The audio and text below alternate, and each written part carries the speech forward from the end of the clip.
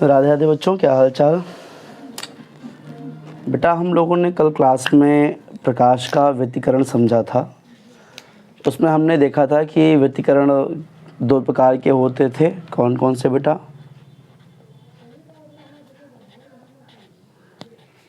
समपोषी व्यतिकरण, और दूसरा क्या था बेटा आपका? विनाशी व्यतिकरण। इसको बोलते थे क्या बेटा? Constructive interference.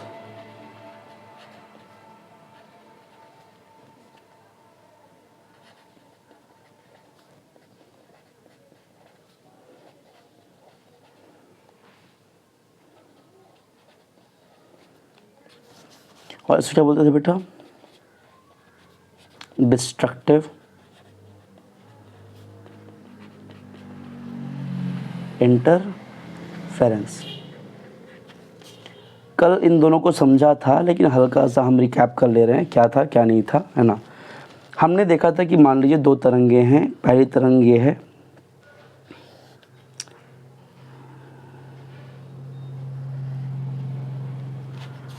और दूसरी तरंग कुछ इस तरफ मान लेते हैं।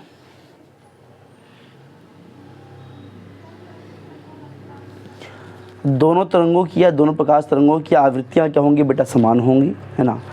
लेकिन ये जो आयाम है वो भिन्न भिन्न है। मान लिया कि जो पहला है इसका आयाम क्या है? A1 है, और इसका आयाम क्या है बेटा? A2 है ना। इन दोनों में आप देख क्या रहे हैं बेटा कि जो दोनों का श्रृंग है वो एक ही कला में है, यानी कि एक ही फेज़ में है। दोनों गर्त क्या है बेटा? एक ही फेज़ में है, यानी कि जो है इनका फेज़ जो कला है वो क्या है? समान है। और ये दो समान कला वाले तरंग आपस में अध्यारोपित होते हैं, तो इस प्रकार से जो व्यतिकरण बनता है उसे हम क्या बोलते हैं बेटा? समपोषी व्यतिकरण। तो इसका जो बेटा परिणामी व्यतिकरण मिलने वाला है वो कुछ किस प्रकार से मिलने वाला है? ध्यान से देखेंगे यहाँ पे। इसका बाकी तो सब सेम रहने वाला, लेकिन आयाम होगा इन दोनों का जुड़ जाएगा, तो इनका आयाम क्या होता है बेटा? बढ़ जाता है। ओके।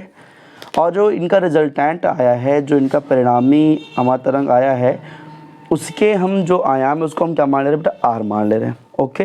अब इसमें आपने क्या देखा समपोषी में कि दोनों समान कला वाले तरंगे आपस में अध्यारोपित होने के बाद उनका जो परिणामी आयाम होता है वो बढ़ जाता है। इस प्रकार के व्यतिकरण को हम क्या बोलते हैं बेटा? समपोषी व्यतिकरण। इसके अलावा जो हमारा विनाशी व्यतिकरण था उसमें क्या देखा था बेटा हमने? उसमें भी दो तरंगे थी। मान लेते हैं ये पहली तरंग है, इसका आयाम हमने मान लिया कितना है? A1 है। यहाँ पर दूसरी तरंग है,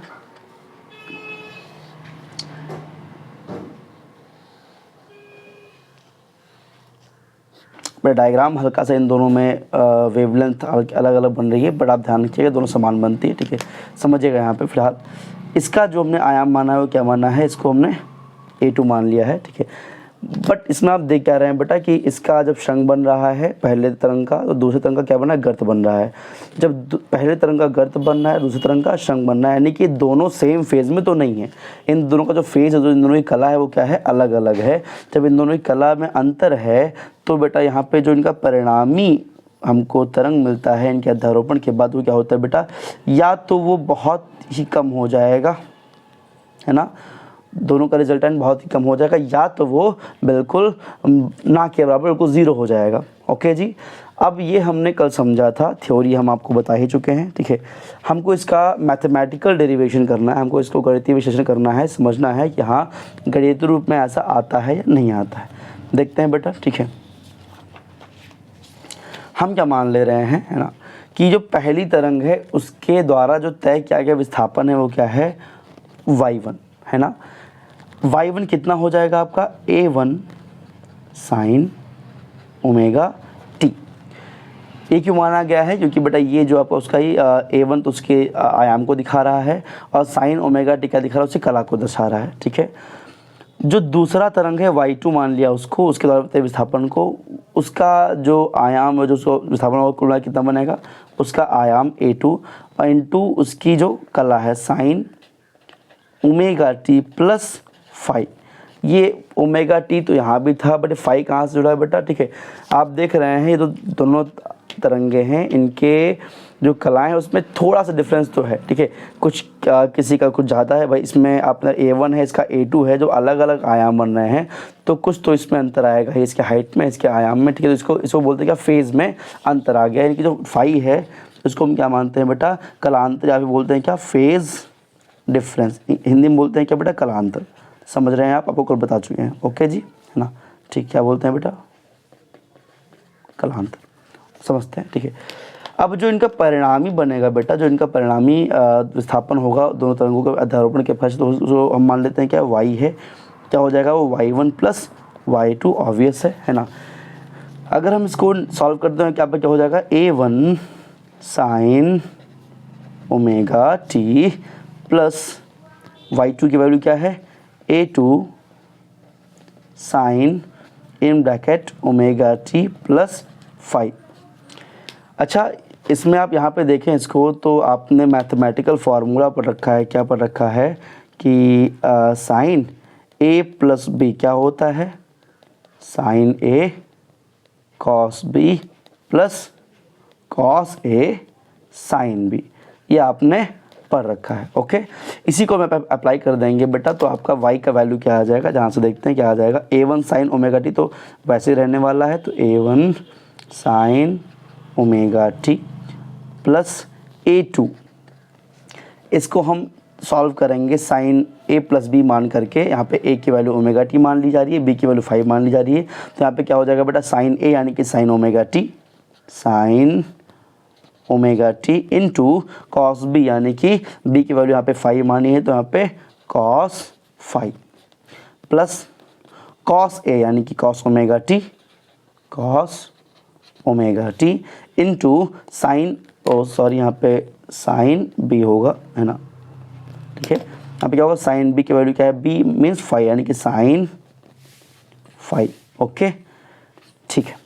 अब यहाँ पे A2 मल्टीप्लाई करेंगे तो ये क्या हो जाएगा आपका, overall A1 sign omega T plus A2 sign omega T cos 5 plus A2 से मल्टीप्लाई होगा तो ये क्या हो जाएगा, A2 cos omega T sine 5, okay. अब यहाँ पे देख क्या रहे हैं बेटा हम लोग, इसमें कॉमन चीज़ क्या दिख रही है आपको, इसमें देखिएगा यहाँ पे साइन ओमेगा टी यहाँ भी है, यहाँ भी है।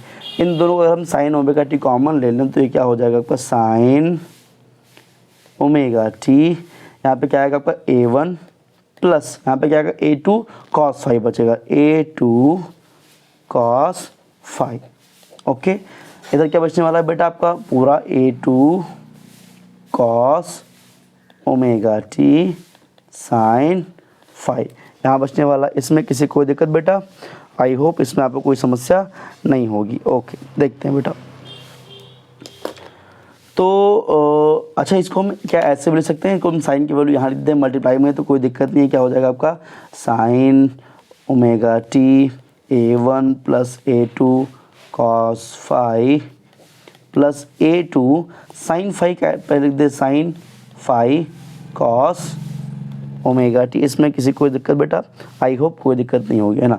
अब इसमें हम एक एजम्पशन करने वाले हैं बेटा, क्या, जो आपकी ये वैल्यू है A1 प्लस A2 कॉस 5, है ना, और इसमें कौन सी वैल्यू आपकी A2 साइन 5, है ना। तो 5 वाली वैल्यू है, इसको हम क्या करेंगे, मान लेंगे कि ये जो आपका A1 माना, क्या मान रहे बेटा, A1 प्लस A2 कॉस 5 क्या है, R कॉस थीटा के इक्वल है, किसके, R कॉस थीटा, ओके, है ना। क्यों भाई, कॉस 5 की वैल्यू हमको थीटा के टर्म में चाहिए, है ना, और परिणामी हमें किस रूप में मिला था बेटा, परिणामी को हमने हमको R मान रखा था, तो हम R के टर्म में वैल्यू निकालने के लिए इसको क्या मान ले रहे हैं बेटा, R मान ले रहे हैं, ओके, कोई दिक्कत, आई होप नॉट, है ना। अभी जो A2 साइन 5 है, A2 साइन 5, इसको हम लोग मान लेते हैं क्या, R sine theta, okay, any problem बेटा, आई होप नो। ये पहला इक्वेशन बना लेते हैं, इसको मान लेते हैं हम इक्वेशन नंबर 2, ओके, है ना। अब नाउ y की वैल्यू यहाँ से क्या मिल जाएगी बेटा हम लोग को, y इक्वल्स टू यहाँ पे साइन ओमेगा टी था, है ना, जो आपका ये वैल्यू था उसको हमने क्या मान लिया, R कॉस थीटा, देखिए आपका हो जाएगा R cos theta into sine omega T, okay. यहाँ पे क्या वैल्यू आएगी आपकी सेकेंड साइड में, प्लस यहाँ पे क्या है आपका ए टू साइन फाई को हमने मान रखा है आर साइन थीटा, तो ये क्या हो जाएगा R sine theta cos omega T. Any problem with that बेटा? नो, है ना। अब इन दोनों में बेटा आपको कॉमन क्या मिल रहा है, ठीक है, इसमें हमें कॉमन मिल रहा है आर, आर की वैल्यू इधर भी है इधर भी है, ठीक है। यहाँ पे हम आर कॉमन लेंगे तो क्या हो जाएगा आर, इधर आएगा cos theta sine omega T, इधर क्या आ रहा है बेटा आपका sign theta cos omega T. ये कुछ जानी पहचानी वैल्यू लग रही है बेटा, जैसे यहाँ देखा था हमने साइन ए प्लस बी को, तो sign A cos B, cos A sine B, यहाँ पे क्या है cos theta sine omega T, sign theta cos omega T, ठीक है। अब यहाँ पे इसको हम बोल सकते हैं क्या बेटा आर, यहाँ पे भाई इसका फॉर्मूला ये साइन ए प्लस बी का फॉर्मूला है या नहीं है बेटा, ये यस है ना। तो इसको हम क्या मान सकते हैं बेटा R sine in bracket theta plus omega T, okay.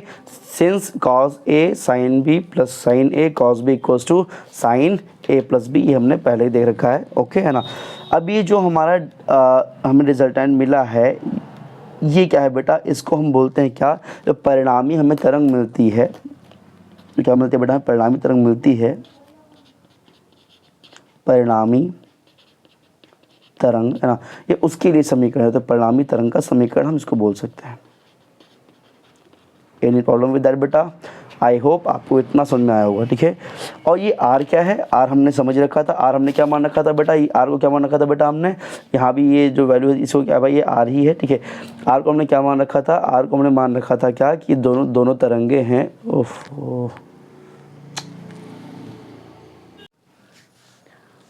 Sorry बेटा लाइट चली गई थी ज़रा सा। हम यहाँ पे क्या देख रहे थे कि हमारा परिणामी तरंग का समीकरण आया था y equals to R sine theta plus omega T, ठीक है। हमने देखा था बेटा आर की वैल्यू क्या होती थी, ये जो आर है आपका क्या है, ये परिणामी तरंग का आयाम हुआ करता था, ठीक है। यानी कि यहाँ पे आर क्या है बेटा, परिणामी तरंग का आयाम, परिणामी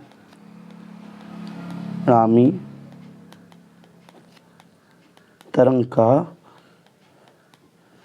आयाम, ओके। अब क्या है बेटा, जो हमने समीकरण 1 और 2 मान रखा, जो कि आर तो मिल गया है बट हमें इसको a1 और a2 के टर्म में जस्टिफाई करना है, तो हम क्या करते हैं कि जो इक्वेशन 1 और 2 है इसको हम स्क्वायर करके ऐड कर देंगे, ठीक है। देखते हैं कैसे होगा, इसको साइड में करते हैं, है ना। हम क्या करेंगे, जो हमको समीकरण 1 मिला था और 2 मिला था, ठीक है, समीकरण 1 तथा 2 का स्क्वायर, यानी कि हम इसको वर्ग कर देंगे, ठीक है, वर्ग करके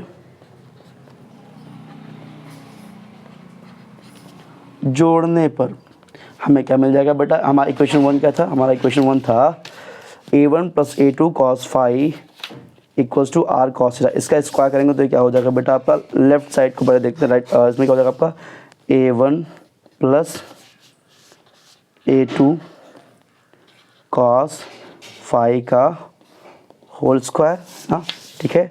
इसमें क्या ऐड करना है, सेमी के 2 में ऐड करना है, तो a2 sign plus a2 sign क्या है यहाँ पे a2 साइन फाई, यानी कि यहाँ पे क्या करेंगे हम a2 साइन फाई का स्क्वायर करेंगे तो ये क्या आएगा, इक्वल्स टू आएगा आर कॉस थीटा का square plus R sine theta का स्क्वायर, है ना, आर कॉस थीटा का square plus R sine theta का स्क्वायर, ठीक है।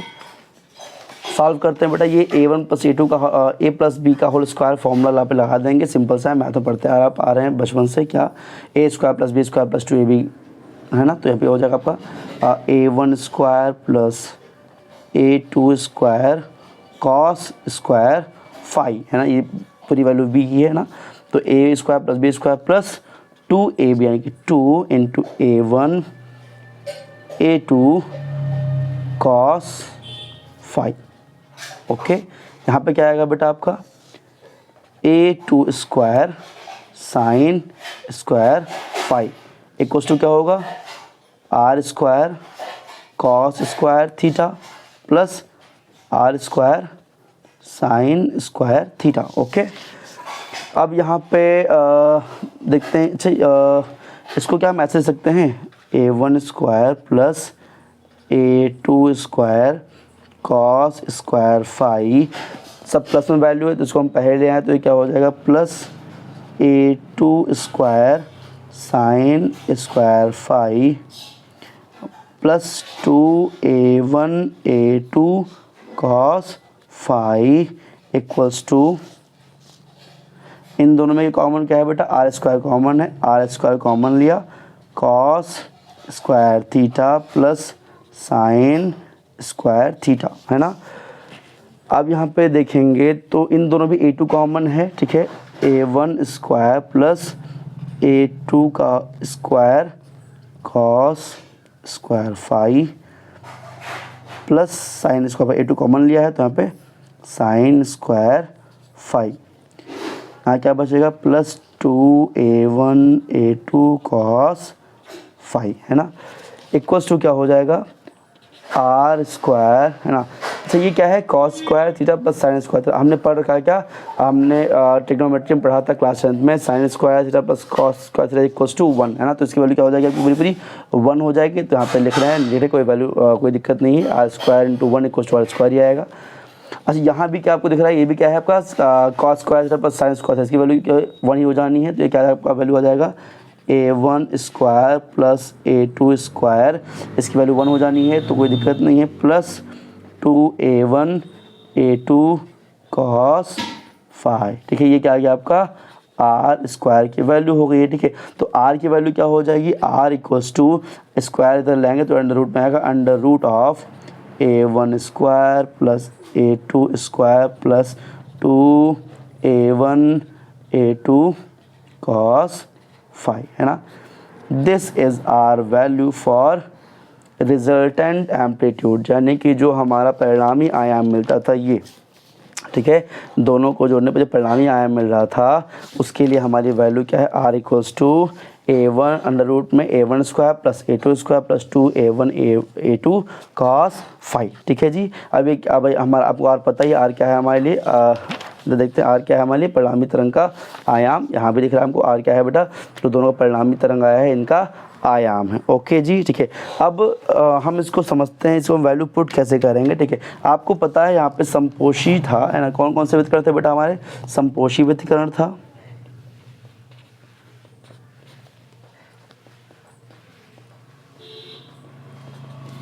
और दूसरा कौन सा पढ़ रखा था बेटा हमने, विनाशी, यस, विनाशी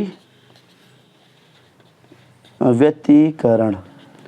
ओके भाई, देखो मियाँ, है ना, क्या होने वाला है बेटा, ठीक है। अब समपोषी व्यतिकरण में हमने क्या देखा था कि बेटा कि सॉरी यहाँ पे डायग्राम है, ठीक है, क्या देखा था हमने कि जो इनका परिणामी दो तरंगों का अगर वो समान कला में है, आपस में जुड़ जाएंगे, आपस में उनका व्यतिकरण होगा तो इनका जो परिणामी मिलता है तरंग उसका आयाम बढ़ जाता था, यानी कि जो आर होगा वो क्या होगा, मैक्सिमम होने वाला है, ठीक है। तो आर इस केस में समपोषी में बेटा जो आर है यानी कि परिणामी हमारा आयाम है उसका मान तो क्या होगा बेटा, अधिकतम होने वाला है, यानी कि यहाँ पे आर क्या होगा, यहाँ पे आर होगा मैक्स, ठीक है। और विनाशी में क्या था बेटा, मिनिमम होने वाला है, क्योंकि दोनों ही कलाओं में डिफरेंस था, ठीक है। यहाँ पे क्या होगा, इस केस में आर होगा आपका मिनिमम, ठीक है। ओके जी, तो आपको पता है कि जहाँ अच्छा मिनिमम कैसे हो सकता है बेटा, a1 a2 तो बदल सकते नहीं है, जो है वो है, ठीक है। चेंज किस में आएगा बेटा, आपका जो कलांतर है cos फाई, है ना।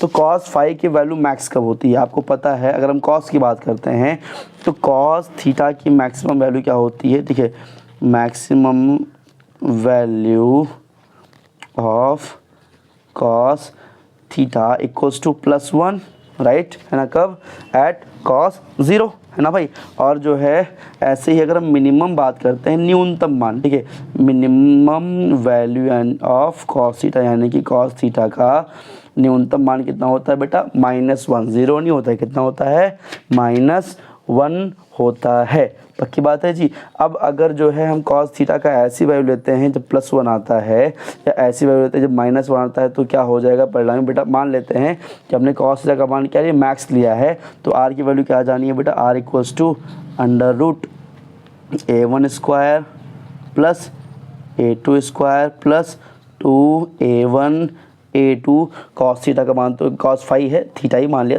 एंगल ही है ना, कोई दिक्कत नहीं, ठीक है।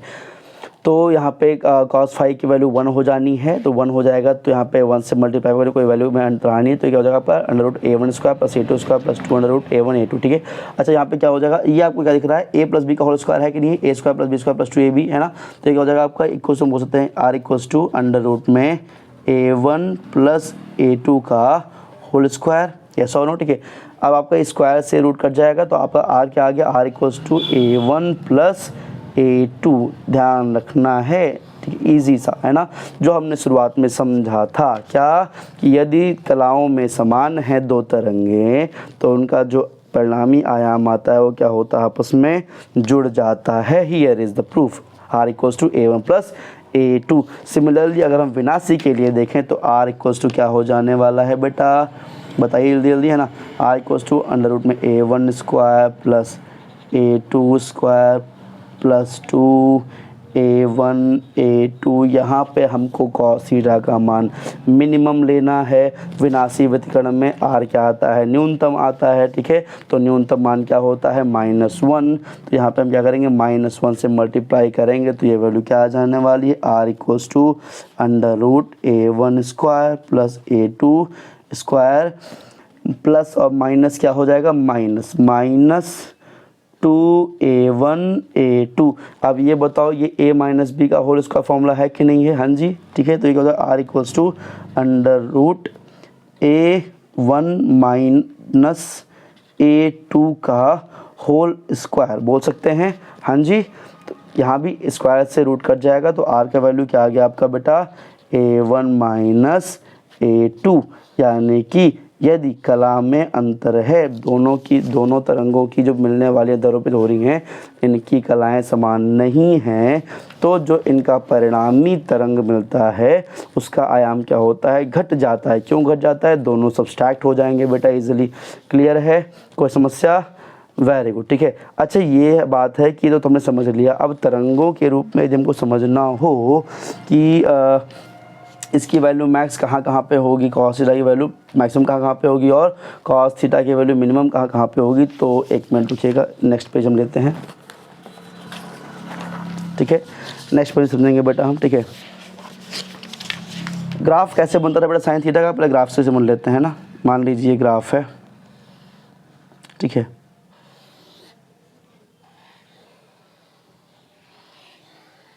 ठीक है।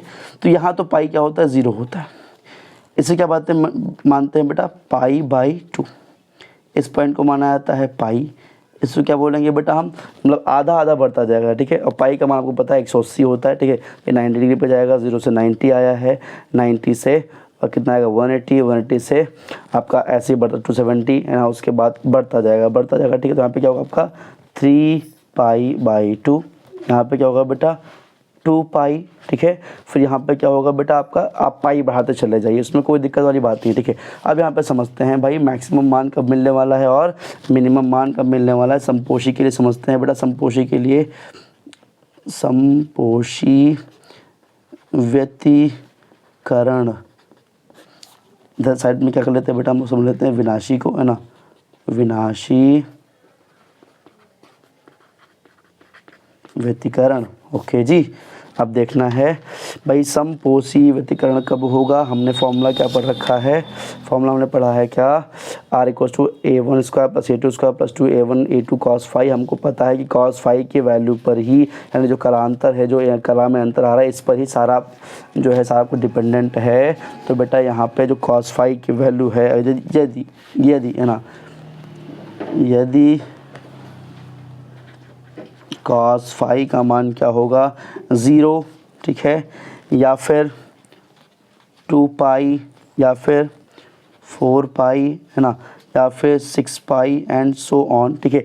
या हम सिंपली क्या बोल सकते हैं फॉर्मूले में, फाई क्या होना चाहिए, सॉरी cos फाई नहीं, फाई मान, ठीक है, फाई क्या होना चाहिए आपका 2nπ, है ना, जहाँ n क्या हो 0, 1, 2 एंड सो ऑन, ठीक है। तो क्या होगा बेटा, तो आपका जो व्यतिकरण होगा वो कैसा होगा, समपोशी होने वाला है। समझते हैं अभी कैसे, ठीक है। और यहाँ पे यदि फाई का मान क्या हो जाए बेटा आपका, फाई का मान पाई हो या फिर 3 पाई हो या फिर 5 पाई हो एंड सो ऑन। या आप सिंपली में तो फाई क्या होना चाहिए आपका 2n+1 पाई होना चाहिए, जहाँ पे n का मान क्या हो, जहाँ n equals to 0, 1, 2 and so on. पक्की बात है। अगर ऐसा होगा तो क्या होगा बेटा, अगर इस केस में आपका 0 या 2 पाई या फेज डिफरेंस क्या हो, या तो फिर 0 हो ही ना, ठीक है। 0 का मतलब क्या है कि दोनों में फेज डिफरेंस बिल्कुल ना हो। इसका मतलब क्या समझते हैं, देखो जल्दी जल्दी समझ लेंगे बेटा, ठीक है। ये हम पहले केस की बात कर रहे हैं जब फाई कितना हो 0, ठीक है। फाई 0 का मतलब क्या है, कोई फेज डिफरेंस नहीं होने वाला, यानी कोई कालांतर इसमें होगा ही नहीं। अब कालांतर ही नहीं है तो मतलब क्या है, जो पहला डायग्राम आपका ये है, ठीक है, और दूसरा डायग्राम क्या है आपका इधर है, बिल्कुल सेम जगह से चार्ट में, ठीक है। यहाँ पे भाई फेज डिफरेंस अगर देखा जाए, इस पॉइंट में देखा जाए यहाँ पे अगर, ठीक है, तो इन दोनों में कोई फेज का अंतर है क्या, नहीं है। तब फेज का अंतर नहीं है तो ये क्या होगा, जोड़ने पे दोनों की वैल्यू मैक्स ही आने वाली है। पक्की बात है। ये हो गया आपका 0 पे। 2 पाई का मतलब क्या हो गया, अगर हम 2 पाई की बात करते हैं, यानी 2 पाई में यानी कि समझिएगा 2 पाई कब आता है बेटा, इस वैल्यू पर आता है, यानी कि एक वेव पूरा चल चुका होगा। ओके, समझते हैं।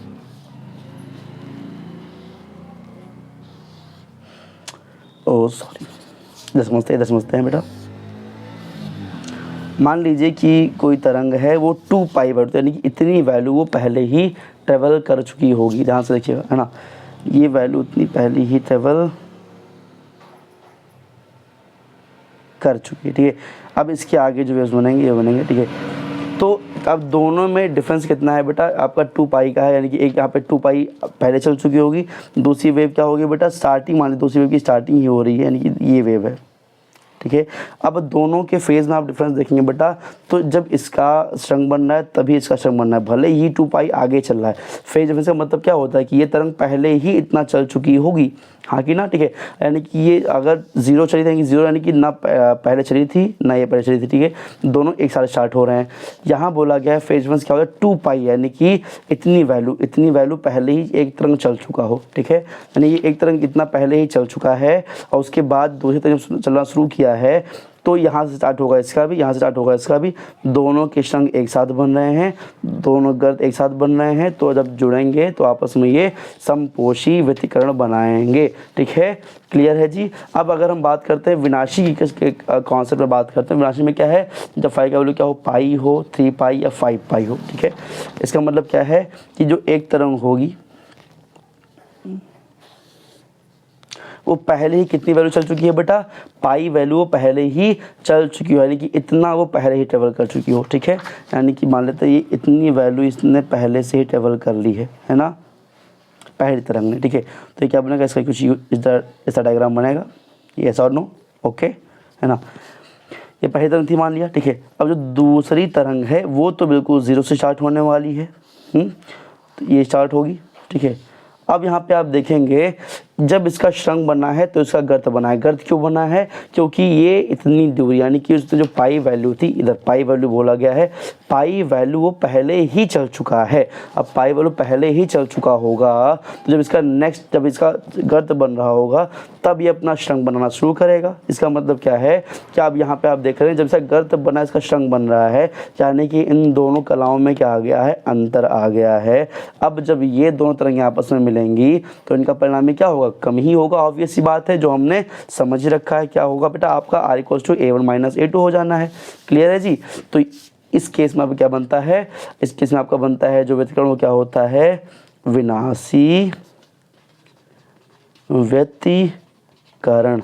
आई होप आपको ये समझ में आया होगा, ठीक है।